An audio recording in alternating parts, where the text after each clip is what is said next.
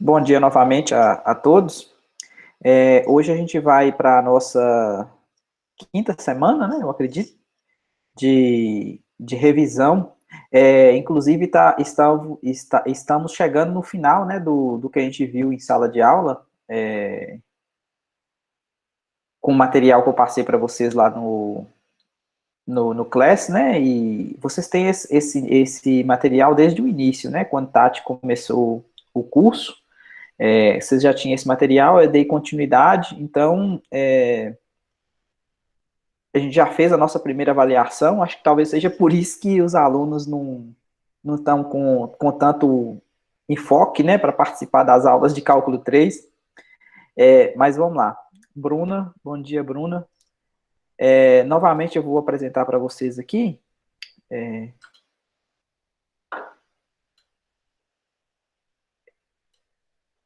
o material que eu mandei para vocês dia de domingo, foi esse arquivo aqui, vou deixar o chat aberto aqui. Então, domingo, eu mandei para vocês esse material. Esse material é continuação do que a gente estava estudando. Hoje, na verdade, a gente vai fazer algumas aplicações de integração. Na aula passada, a gente viu integração em coordenadas polares, né? O teorema mudança de variável, integração dupla, e com aplicação em coordenadas polares, que é a mais utilizada. Hoje a gente vai fazer mais algumas aplicações. Eu vou só dar uma passada rapidinho no arquivo, como a gente já estudou esse arquivo aqui em sala de aula. Se vocês quiserem interromper, fazer alguma pergunta durante o que eu estiver falando, vocês podem chamar, viu? Ok, gente? Ok. Então, vamos lá. Primeiro, então, o objetivo hoje é estudar aplicações físicas como massa, centro de massa e momento de inércia. Então, vão ser 3 aplicações que a gente vai fazer na aula de hoje. Primeiro, ele chamou de massa aqui. Essa massa aqui a gente dividiu em 2 casos. Que 2 casos são esses, né? Primeiro, como que a gente expressa, na verdade, a massa de uma região do plano em termos da sua densidade, né? Então, ele pegou aqui uma placa, uma região compacta, né, representada por uma lâmina, e aí a pergunta é, como é que eu faço? Ele supôs que tem uma função contínua, ok? Uma função contínua, positiva, que ele chamou de delta, que representa a densidade superficial de massa. O que significa isso? Massa por unidade de área. E aí, os casos que a gente... O que ele fez aqui? Ele fez o que de praxe a gente fazer integração dupla. Ele faz uma subdivisão usando esses retângulos, os RJs. O que acontece? Isso aqui é como se você fizesse uma partição do plano. Então, ele pegou essa região e é como se você colocasse n ao quadrado subretângulos em cima dessa região D.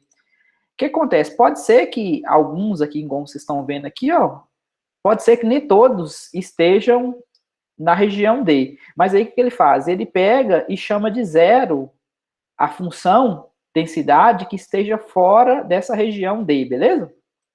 Então, o que acontece? Quando você pega a densidade vezes a... Vocês lembram lá da fórmula, né? Que a densidade era a massa sobre o volume? Então, aqui nesse caso aqui, o volume aqui vai ser a área, né? Porque ele está considerando uma região plana. Então, por isso que a massa é dada por essa forma. Então, a massa, na verdade, é a soma disso aqui, tá vendo? A massa, lembrando que a densidade é a massa sobre o volume. Então, se você quer a massa, então você pega a densidade vezes o volume, né? Multiplicando cruzado. Como o volume aqui, quem está fazendo o papel do volume é a área, então a gente tem que a massa é dada pela densidade, tá vendo? Vezes a área. Isso aqui representa a área. Quando n vai para... Quando esse n aqui vai para mais infinito, o que acontece? Essa partição aqui vai ficando cada vez menor, beleza? E aí, a gente tem a definição de integração dupla. Então, a massa é dada pela integral dupla da densidade dx dy. Ficou ok para todo mundo? Por que a massa é dada dessa maneira?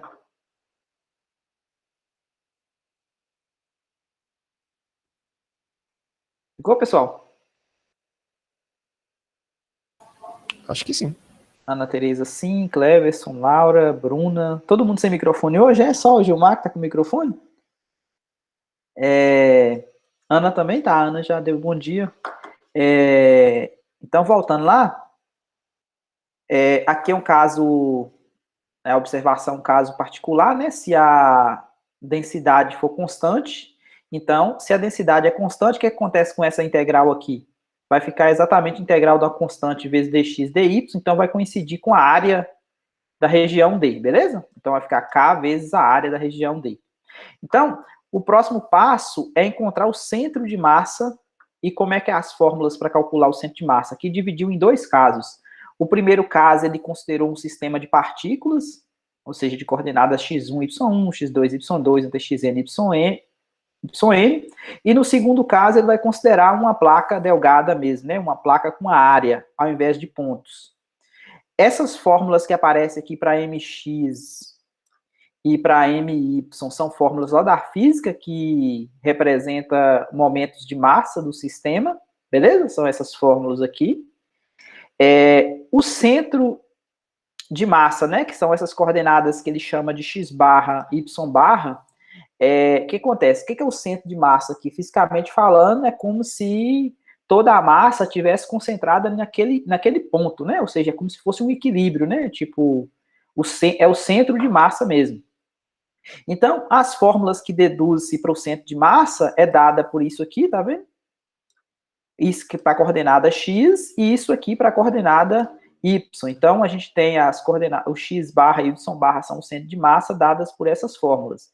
Isso para um sistema de partículas, ou seja, vamos pegar a massa e dividir em pedacinhos que a gente está chamando de MI, né? Esses MIs que aparecem aqui, vezes cada coordenada do ponto, tá vendo? Agora, na letra B, muda um pouquinho. Por que que muda? Agora, ao invés de considerar o somatório dos MIs, dos pedacinhos de massa, a gente vai considerar uma lâmina plana D. E essa lâmina, ela já tem uma densidade. Então, o que acontece? Essas fórmulas que a gente viu aqui para partículas, elas vão sofrer uma pequena alteração. Por quê? Porque agora ela vai ser multiplicada pela densidade, tá vendo? Então, se ela fica multiplicada pela densidade, então essa fórmula aqui que a gente vê para sistema de partícula, se transforma nessa fórmula aqui e nessa fórmula aqui, quando agora a região é o quê? A região é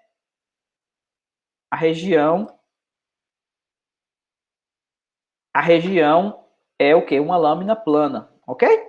Então, aqui eu tenho x vezes a densidade, dividido pela massa. Lembrando que essa massa aqui, lá em cima, a gente viu que é a integral dupla da densidade, beleza? Esse denominador que aparece aqui.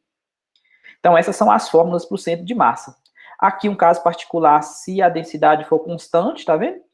Então, se é constante, então, a densidade que aparece aqui, aparece uma densidade aqui, essas densidades vão cancelar, beleza? Então, vai sobrar só x dx dy e y dx dy, ok? Porque a constante que aparece aqui é a mesma constante que aparece aqui, a densidade, né? Ou seja, aqui no denominador não tem a massa não é integral da densidade, essa densidade aqui é uma constante, então a constante que aparece no numerador é a mesma constante que aparece no denominador, então elas cancelam, então as fórmulas ficam desse jeito aqui, quando a densidade é constante. Tá tranquilo até aí, gente?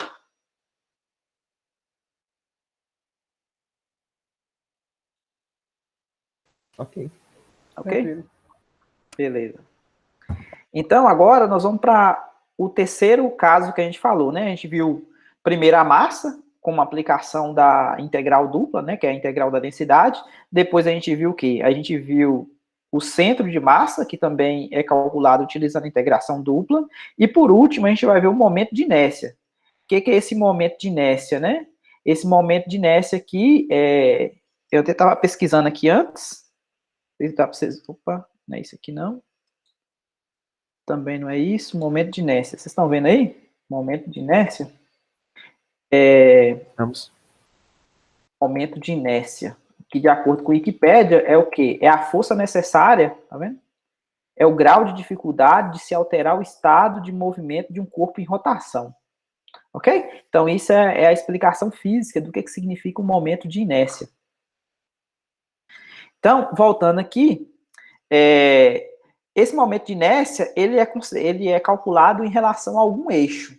Então, aqui ele está chamando esse eixo aqui de E, e a fórmula para calcular o movimento de inércia é o quê? É pegar a distância de um ponto qualquer xy ao quadrado, ok? A distância ao quadrado, vezes a densidade dx dy, beleza? Então, esse r de xy que aparece aqui é a distância de qualquer ponto xy a esse eixo considerado. Aqui temos três principais, né? Quem são os três principais? O momento de inércia em relação ao eixo do x, ok?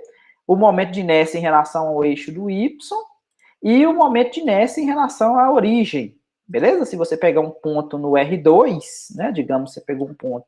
Opa. Você pegou um ponto, digamos, no R2, né? Um ponto aqui, né? Digamos, XY. Ele tem a distância até a origem, não tem? Se você pegar da origem até esse ponto, tem a distância. Essa distância é dada por o quê? Raiz quadrada de x ao quadrado mais y ao quadrado, que na verdade é a hipotenusa de um triângulo retângulo, beleza? Como esse r está ao quadrado, então por isso que fica x ao quadrado mais y ao quadrado.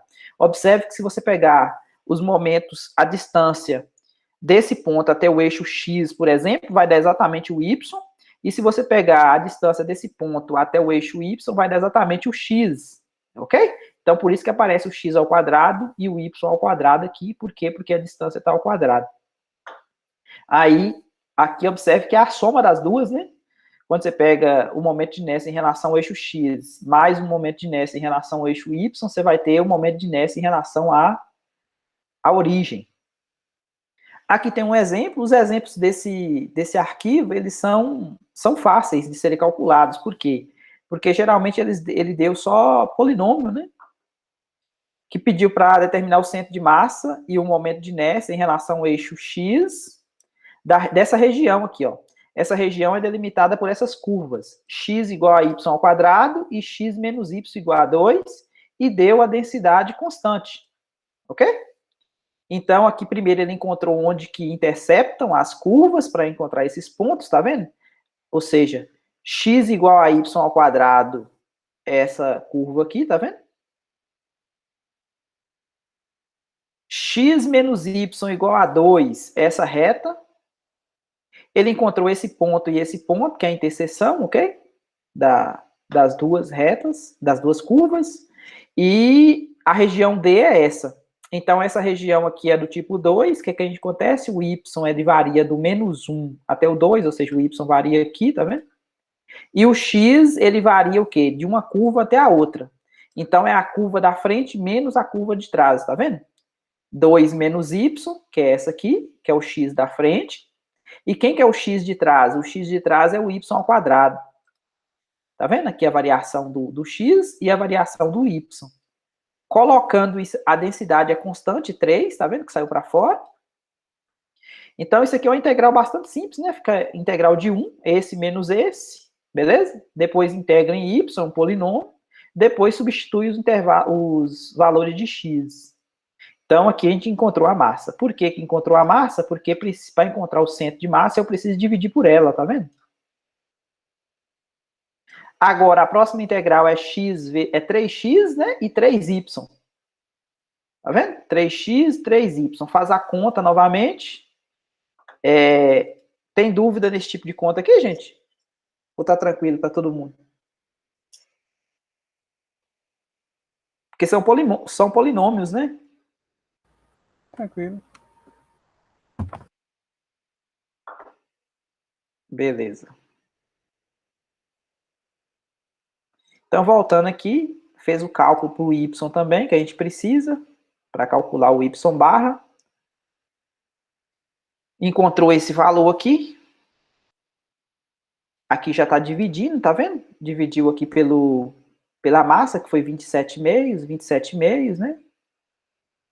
Ok? Pegou 27 quartos e dividiu por 27,5, e aqui pegou o 108 sobre 5 e dividiu também, desculpa, por quanto? Por 27,5, que foi a massa.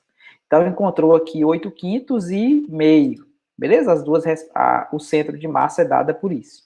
Então, se você olhar aqui nessa figura aqui, ó, 8 quintos, 8 dividido por 5, né, dá mais ou menos aqui, e meio, né, meio dá mais ou menos aqui onde é que eu risquei. Então, um ponto aqui mais ou menos onde é que está o D, seria a densidade. Seria a densidade? Não, seria o centro de massa dessa placa, né, dado por essa região, com densidade constante de 3. Observe que a densidade é importante nesse contexto, por quê?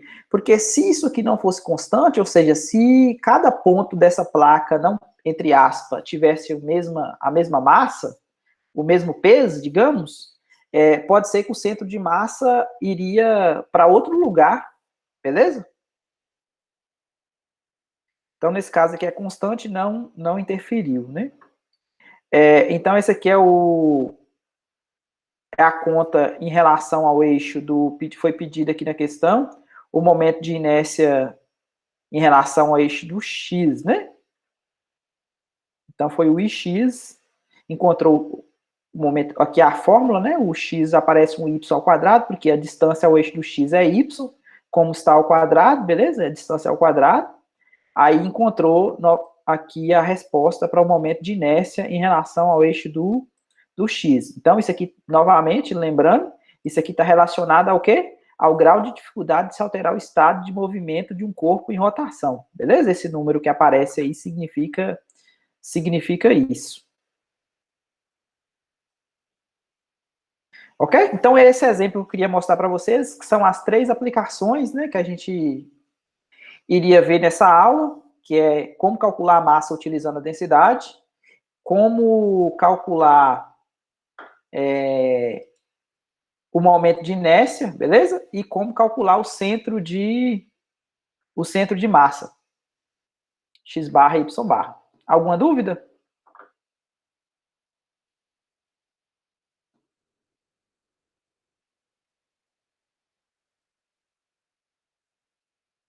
Alguma dúvida? Acho que não.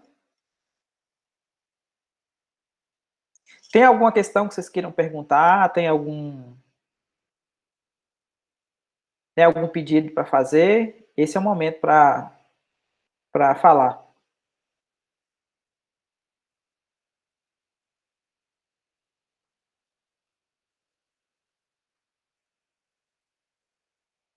Não?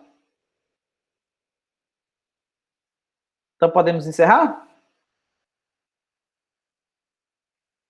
Acho que sim, Val. Se tiver alguma, a gente manda lá no Class. Beleza, então.